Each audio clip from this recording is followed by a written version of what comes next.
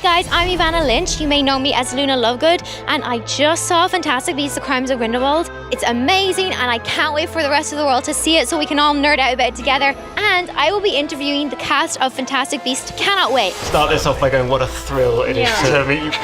She's in Harry Potter, man. Oh gosh, I'm so excited. Evanna Lynch, god of the universe. She's the most amazing person I've ever met. This is about to get so nerdy in here. Does Newt have the same belief that all people can be redeemed that he has for animals? What a beautiful question. And I think the answer is he hasn't thought that through yet. And I think it's something that Newt hasn't resolved yet. And I think it's one of the big tests that Joe is putting to Newt. He has this absolute belief and faith in his creatures, because I'm not sure that he does believe that at this moment with human beings. Do we ever find out why Lita and Newt grew apart, and was that discussed with David Yates? I think they were probably still quite close even when Newt goes to America, which is why I think it's such a jarring thing to come home and find that I'm engaged to Theseus. Right, and was it very quick it happened? 2 months. I feel like, we've all known each other for a really long time, obviously, and there might have been an attraction from afar, and I think it probably did happen quite quickly. It's also a slow burn, isn't it? Yeah. It's like, okay, that's my brother's, and then all of a sudden, a friend and a couple few parties drinks, or whatever, all of a sudden. Butterbeer down.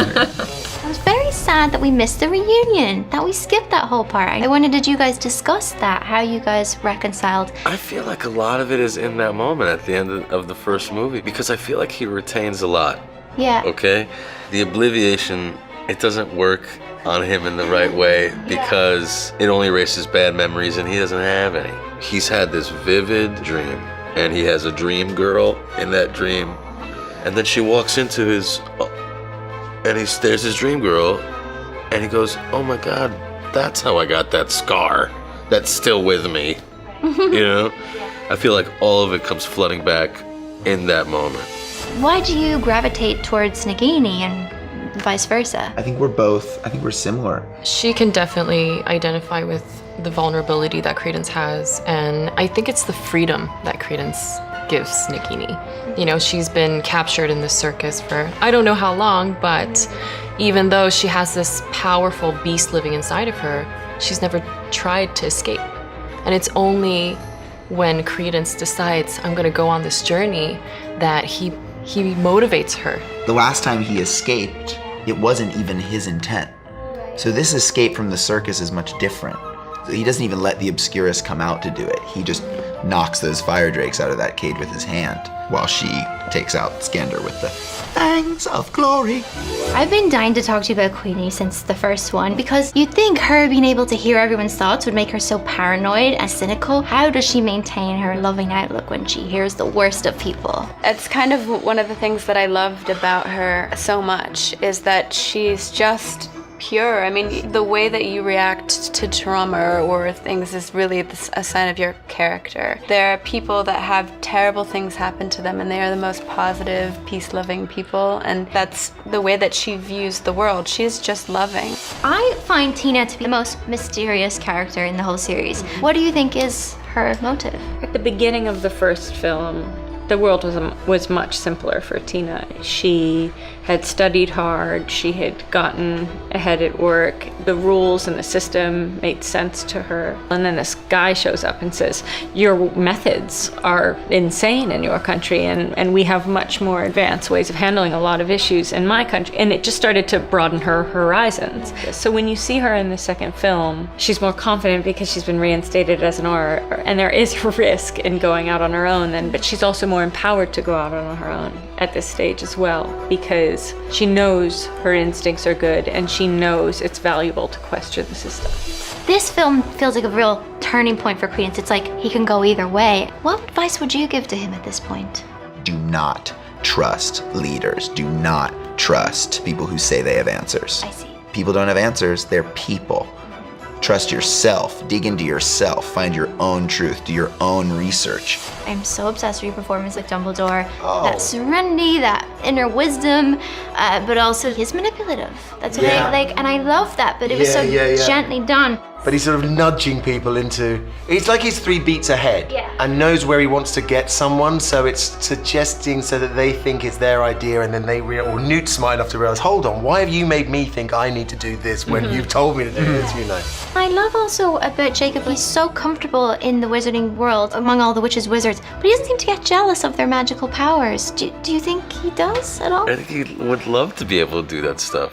JK talks about love being the biggest form of magic, and Weapon we have, yeah. yeah, and I feel like his heart is so huge. He is magic, and at some point he's going to be able to siphon that through something.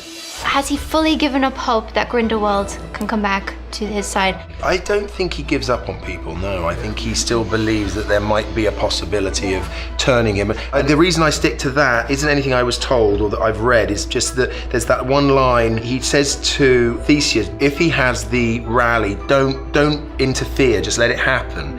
And it's like he's trying to pick the momentum of Grindelwald's impact. It's as if he thinks he can sort of understand it and maybe second guess it. And that gives me a sense that he thinks there might be hope.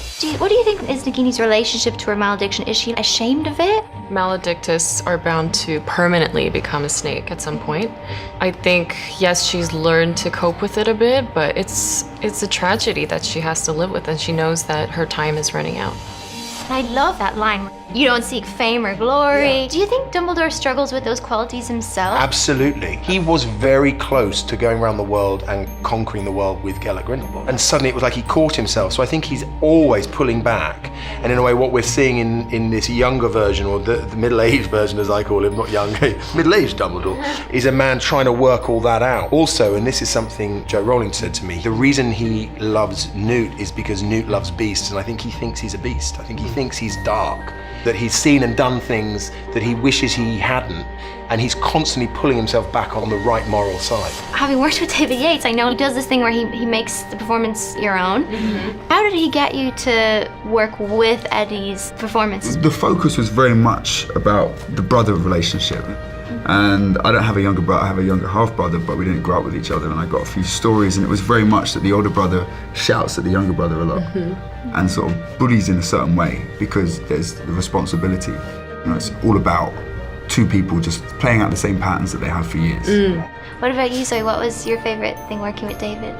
He really paints a picture for you when he's directing you and tells you what you're seeing, and kind of just sometimes speaks in a very abstract way, which actually helps. I mean, he's got so much care for the world and for the character, and he's still so fascinated by these characters in this world that it helps me be, just fascinated myself. But you know that, I right? know. I find that he would, if he wasn't sure of something you were doing, he would just question you a lot. And then you'd be like, oh! And it was like an art, the way he did it, And the little hops. Yeah, as long as he skips Yeah, away. so you know when it's good. That's, I'm like, you're skipping, we're good. He's like, mate, it's great, it's great. If you could pick one character in the wizarding world to be your secret keeper, who would it be? Secret keeper, a character in the wizarding world. Sirius Black, dude, you know what I'm saying? I like Hagrid. Hagrid! Great answers. Oh, I feel like he would accidentally give it away, though. Yeah, that's honestly, so sweet. yeah. You would, it's sweet of you to trust Hagrid with that, but poor Hagrid, he wouldn't mean to. He'd be like, blimey, shouldn't have said that. You could just take him to the pub and it would be over. Exactly. He'd be like, dragon's eggs.